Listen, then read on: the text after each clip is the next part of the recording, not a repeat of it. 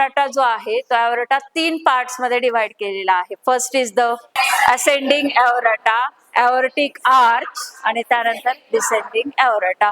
जो aortic arch आहे तिथे आपल्याला काय दिसतात, या 3 ब्रांचेस दिसतात, बरोबर. 3 ब्रांचेस ज्या आहे, फर्स्ट इट इज द, काय ब्रांचेसची नावं, ब्रँकिओसेफॅलिक आर्टरी. दुसरी आहे लेफ्ट कॉमन कॅरोटिड आर्टरी आणि तिसरी आहे लेफ्ट सबक्लॅव्हिकल आर्टरी. या 3 आर्टरीज आहे which arises from the aortic arch. आणि ह्या ज्या आहेत, ह्या 3 आर्टरी किंवा ह्या 3 ब्रांचेस आहे, ह्या ब्लड सप्लाय कुठे करणार आहे, टू द अप्पर पार्ट, म्हणजे आपला नेक, फेस, ब्रेन या रिजनला ऑक्सिजनेटेड ब्लड कॅरी करण्याचं काम कोण करणार आहे, या 3 ब्रांचेस. आणि ॲओर्टाचा जो डिसेंडिंग पार्ट आहे, या डिसेंडिंग पार्ट पासून काय तयार होतं आपल्याला माहितीये, वेगवेगळ्या प्रकारच्या आर्टरीज, कॅपिलरी, ज्या ब्लड कुठपर्यंत घेऊन जाणार, प्रत्येक सेल पर्यंत घेऊन जाणार आहे. तर हे स्ट्रक्चर आपल्याला क्लिअर झालं, which is considered as a internal structure of the heart. Got the point. Along with that we have also studied, आपल्या हार्टमध्ये काही व्हाल्व्स प्रेझेंट आहे. आता आपण इथे डायग्राम मध्ये व्हाल्वची नावं दिलेली नाहीये, but we have studied actually different types of valves which are present in the heart. पहिली सांगा, व्हाल्वचं फंक्शन काय आहे, to prevent the backflow of the blood. It is the function of valve. तर ह्या ज्या व्हाल्व्स आहेत, कशा कशाला प्रेझेंट आहेत व्हाल्व्स आणि कोणत्या कोणत्या. Okay, only 1 minute. Let me clear this. Okay, first व्हाल्वचं नाव सांगा. पहिली व्हाल्व आहे थिबॅशियन व्हाल्व आहे. Thebesian valve, it is present to protect the backflow of blood in to the coronary sinus. दुसरी व्हाल्व आहे, सेकंड इट इज द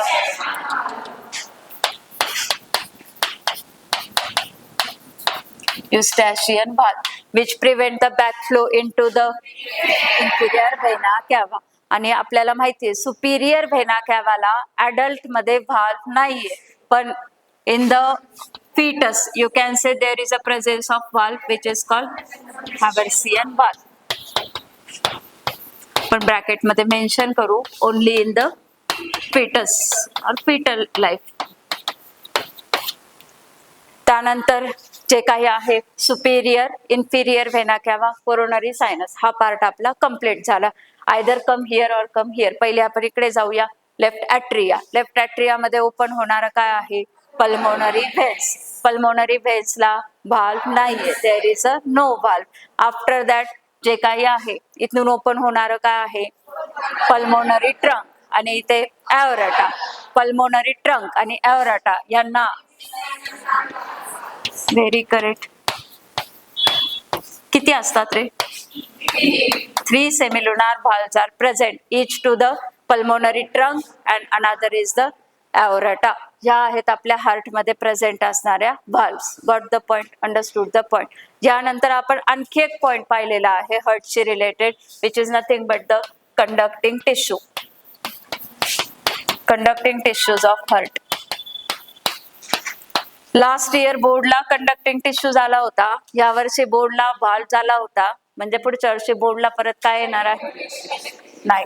मागच्या वर्षी कंडक्टिंग टिश्यू होता, या वर्षी उलट झालं. मागच्या वर्षी व्हाल्व झालते, या वर्षी कंडक्टिंग टिश्यू आलते, म्हणजे आपल्या इयरला परत व्हाल्वचा क्वेश्चन येण्याची पॉसिबिलिटी आहे. So learn that. ठीक आहे, चलो. कंडक्टिंग टिश्यूज आहे. कंडक्टिंग टिश्यूज कोणत्या कोणत्या आहे हार्ट मधल्या, सगळ्यात पहिली सॅन किंवा आपण SA node, sino atrial node.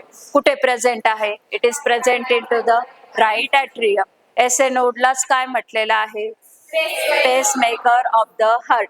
कारण पहा, आपल्याला माहिती आहे आपला हार्ट कसा आहे, न्यूरोजेनिक की मायोजेनिक, मायोजेनिक. न्यूरल सिस्टीमचा, नर्वस सिस्टीमचा तिथे कंट्रोल नाहीये. आणि ह्या मायोजेनिक हार्ट मध्ये ह्या ज्या कंडक्टिंग टिश्यू आहे, या कंडक्टिंग टिश्यू म्हणजेच कोण आहे, मसल फायबर्स आहे, ज्यांना अनादर वर्ड आपण किंवा एनसीआरटी मध्ये पण आहे, they are also considered as nodal mass or nodal tissues. आणि आपण जसं डिस्कस केलेलं आहे, सगळ्या नोडल टिश्यू मध्ये ऍक्शन पोटेन्शियल जनरेट करण्याची कपॅसिटी आहे. पण मॅक्झिमम ऍक्शन पोटेन्शियल कोण जनरेट करतं? It is generated by SA node. म्हणून SA नोडला काय म्हटलेलं आहे? पेस मेकर ऑफ द हार्ट. आता SA नोडने काय केला? सिग्नल जनरेट केला. SA नोडने सिग्नल जनरेट केला की तो सिग्नल कुणाला देतो? SA नोड कुठे आहे? इथे in the right atrium there is a presence of SA node. या SA नोड कडनं सिग्नल कुणाला जाणार आहे? इटसेल्फ ह्या पहिला राईट ॲट्रियम आहे, ह्याला सिग्नल मिळणार अलॉंग विथ दॅट लेफ्ट ॲट्रियमला, आणि प्लस इथे प्रेझेंट आहे AV नोड. म्हणजे सिग्नल कुठे जाणार? AV नोड कडे पण जाणार आहे.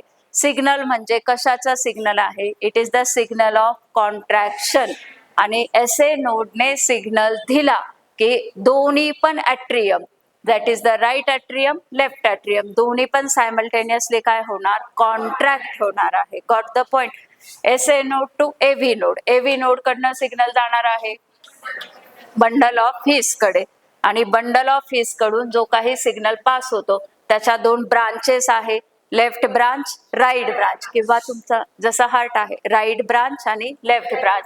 आणि इथे व्हेंट्रिकलच्या वॉल मध्ये प्रेझेंट दिसतात पर्किंजे फायबर्स. म्हणजे पर्किंजे फायबर सिग्नल कुणाला देणार? व्हेंट्रिकल्सला. कॉन्ट्रॅक्शन कुणाचं होणार? व्हेंट्रिकल्सचं होणार. बरोबर. एक पॉइंट राहिला मुलांना, व्हाल्व मध्ये आपल्या दोन व्हाल्व डिस्कस करायच्या राहिल्या. इथे जे आहे राईट साइडला, बरोबर, इथे एक व्हाल्व आहे, that valve it is the tricuspid valve. Tricuspid valve कुठे आहे? राईट ॲट्रियम आणि राईट ॲट्रियम आणि राईट व्हेंट्रिकल मध्ये. आणि दुसरी व्हाल्व आहे ती म्हणजे bicuspid, another name, very correct, it is the mitral valve which is present between the left atrium and left ventricle. या दोन valves मगाशी राहिल्या होत्या. So finally we got the point now की आपल्या हार्ट मध्ये ज्या कंडक्टिंग टिश्यू आहे, ह्या कंडक्टिंग टिश्यूज काय करतात? सिग्नल पास करतात. त्यामुळे ॲट्रिया आणि व्हेंट्रिकल याचं रिस्पेक्टिव्हली काय होत राहतं? कॉन्ट्रॅक्शन आणि रिलॅक्सेशन. हे जे कॉन्ट्रॅक्शन रिलॅक्सेशन आहे याच्यामुळेच फॉर्म होते ती म्हणजे काय? हार्ट बीट आहे. सो बेसिकली पहा, SA node, AV node, bundle of his and Purkinje fibers. These are considered as a conducting tissue or nodal tissue of the human heart.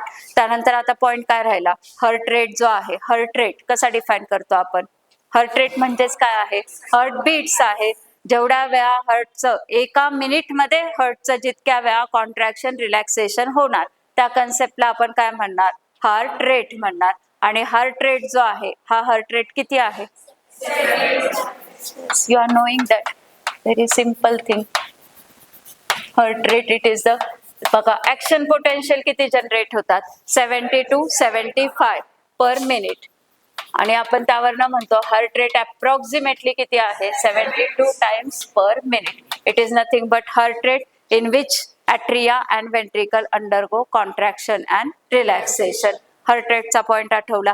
जे इथे आपला हार्टचा ऑलमोस्ट काय आहे? कम्प्लीट सगळा एक्सटर्नल स्ट्रक्चर, इंटरनल स्ट्रक्चर, त्यातले conducting tissue, त्यातला व्हाल्व, सगळा point काय आहे? कव्हर झालेला आहे.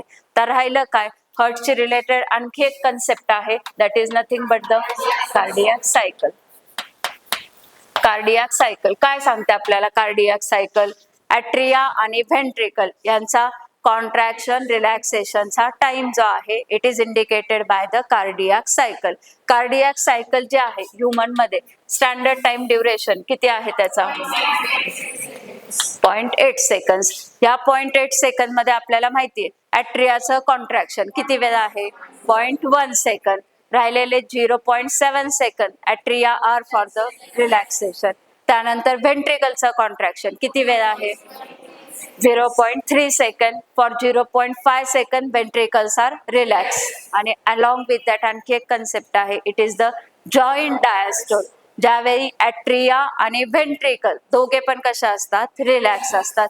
Which is the time duration of 0.4 second. It is the joint diastole. हा एक कार्डियाक सायकलचा कन्सेप्ट. आणि एक लास्टचा कन्सेप्ट हार्टचा, ECG. ECG म्हणजे काय तुम्हाला माहिती आहे? इलेक्ट्रोकार्डिओग्राम. इलेक्ट्रोकार्डिओग्राम हे ECG आहे. इलेक्ट्रोकार्डिओग्राफ हे म्हणजे काय आहे? इन्स्ट्रुमेंट आहे. ज्या इन्स्ट्रुमेंटच्या मदतीने आपण हार्टची ऍक्टिव्हिटी डिटेक्ट करणार आहे.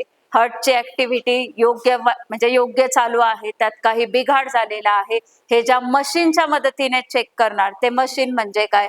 इलेक्ट्रोकार्डिओग्राफ. आणि इलेक्ट्रोकार्डिओग्राफ आपल्याला ज्या फॉर्म मध्ये हे सांगतो ते म्हणजे काय आहे? इलेक्ट्रोकार्डिओग्राम. डायग्राम तुम्हाला सगळ्यांना माहिती आहे. ECG मध्ये आपल्याला पर्टिक्युलरली काय दिसतं? एक आहे P वेव्ह, दुसरा QRS कॉम्प्लेक्स, आणि third one which particularly indicates particular thing.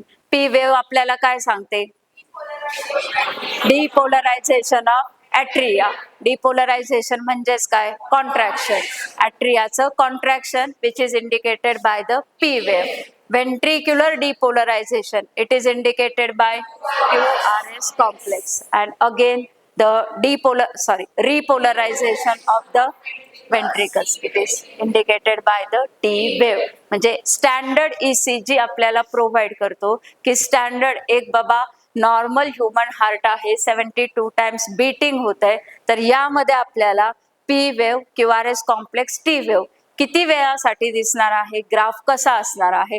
मग ह्या ग्राफ बरोबर आपण काय करतो? जो पर्सन म्हणजे ज्या पर्सनला काही डिसऑर्डर आहे किंवा चेस्ट पेन आहे असा पर्सन जेव्हा ECG काढतो, नॉर्मल ECG बरोबर स्टँडर्ड ECG हा कम्पेअर केला जातो. तुम्हाला जर आठवत असेल पहा, ECG मध्ये आपण कोणते कॉम्प्लेक्सेस काउंट करतो? QRS कॉम्प्लेक्सचा नंबर काउंट करतो, आणि त्यावरनं आपल्याला काय कळतं? हार्ट बीट, हार्ट रेट जे आहे ह्याचं इंडिकेशन होतं. मग त्यात जर काही फ्लक्च्युएशन असेल, it leads to the some disorder. त्याला परत क्लिनिकल डायग्नोसिस करून मग ते क्लिअर केलं जातं की बाबा काय आहे. सो हा एक लास्ट कन्सेप्ट आहे ECGचा. आणि हे पण आहे पहा, आपल्याला ECG मध्ये दिलेलं आहे की ECG जो आहे, ECG साठी किती इलेक्ट्रोड्स वापरतात? 3 इलेक्ट्रोड. 3 इलेक्ट्रोड रिस्पेक्टिव्हली कुठे लावलेले असतात? ब्रिस्टला 2 आहे आणि एक लेफ्ट अँकलला आहे, आणि multiple as per NCERT multiple chest electrodes आहेत. आणि हे जे इलेक्ट्रोड्स आहे हे काय करत असतात? हार्टची ऍक्टिव्हिटी जी आहे ती डिटेक्ट करत असतात. त्या हार्टची ऍक्टिव्हिटी चेस्ट रिजन मध्येच डिटेक्ट व्हायला पाहिजे, पण आपल्याला माहितीये हार्ट जे ब्लड पंप करतो ते कसं आहे? अंडर प्रेशर आहे. त्यामुळे आर्टरीज मधलं ब्लड कसं असतं? अंडर प्रेशर असतं. आणि त्यामुळे पहा, ज्या आर्टरी सुपरफिशियल आर्टरी आहे तिथे सुद्धा काय होतं? आपल्याला पल्स प्रेशर जाणवतो. ज्याचं एक्झाम्पल आपल्याला माहिती आहे. इथे जे आहे रेडियल आर्टरी, इथे जे आहे कॅरोटिड आर्टरी. त्यामुळे ब्रिस्टला जे आहे ते काय केले जातात? लिंब इलेक्ट्रोड्स हे लावले जातात, जिथनं आपल्याला पल्स प्रेशर हा काय होतो? डिटेक्ट होतो. हार्ट प्रॉपर प्रेशरने ब्लड पंपिंग करतोय की नाही हे आपल्याला कळतं. इथपर्यंत पॉइंट क्लिअर आहे सगळा. तर हार्ट मध्ये पहा, राहिलेला पॉइंट काय आहे? एक तो पॉइंट मी इंटेन्शनली पण एक गिव्ह रिझन टाइप क्वेश्चन बोर्डला येतो. ॲट्रिया आणि व्हेंट्रिकल जर पाहिले आपण, तर कुणाची वॉल थिक असते, कुणाची थिन असते? व्हेंट्रिकलची वॉल थिक आहे, कारण ॲट्रियामध्ये काय होतंय? ब्लड येतंय, पण व्हेंट्रिकल कडनं ब्लड जातंय. जाणारं ब्लड कसं आहे? अंडर प्रेशर आहे. आणि ते प्रेशर टॉलरेट करण्यासाठी व्हेंट्रिकलची जी काही वॉल आहे ती कशी असते? थिक असते. आणि त्यामुळे व्हेंट्रिकल्सच्या वॉलमध्ये आपल्याला पर्टिक्युलर स्ट्रक्चर दिसतात. नाव आठवतंय तुम्हाला? इथे असे स्ट्रक्चर्स आहेत. येस, कॉडी टेंडिनी त्याला जॉईंट असतं. इथे पहिलं कॉलमनी कार्नी असे स्ट्रक्चर आहे. या कॉलमनी कार्नीचा जो अपेक्स आहे त्याला म्हणतात पॅपिलरी मसल्स. आणि ह्या पॅपिलरी मसल पासून थ्रेड लाईक स्ट्रक्चर जे अराइज होतात ते आर कॉल्ड ॲज अ कॉर्डी टेंडिनी. कॉर्डी टेंडिनी काय करतात? सपोर्ट करणारे कोणत्या व्हाल्व्सला? बायकस्पिड, आणि या ज्या व्हाल्व्स आहे ह्याला सपोर्ट करणारं स्ट्रक्चर आहे. त्यामुळे जेव्हा जेव्हा कधी कॉन्ट्रॅक्शन होतं, कधी रिलॅक्सेशन होतं? ॲट्रियामध्ये ब्लड येत असतं तेव्हा ॲट्रिया कसा असतो? रिलॅक्स असतो. आणि जेव्हा ॲट्रिया ब्लड देत असतो तेव्हा तो कसा असतो? कॉन्ट्रॅक्ट असतो. सिंपल पॉइंट आहे, तुम्हाला माहितीये. Same for the ventricle. जेव्हा ॲट्रियामधनं व्हेंट्रिकल मध्ये ब्लड येणार तेव्हा व्हेंट्रिकल कशा असणार? रिलॅक्स असणार. आणि व्हेंट्रिकल कडनं जेव्हा ब्लड बाहेर म्हणजे एकतर लंग्स कडे जाईल किंवा बॉडी पार्ट्स कडे जाईल, तेव्हा व्हेंट्रिकल कसे असतात, कॉन्ट्रॅक्ट असतात. आठवला ना पॉइंट. आणि हे जे कॉर्डी टेंडिनी आहे याचा नंबर पण फिक्स आहे. राईट साइडला किती कॉर्डी कॉलमनी कारणे किती आहे, 3. आणि इथे कॉलमनी कारणे किती आहे, 2च आहेत. अशा प्रकारचं स्ट्रक्चर आपल्या ह्युमन हार्ट मध्ये दिसतं. ते सगळा ह्युमन हार्ट जो आहे तो काय आहे, कम्प्लीट झालेला आहे.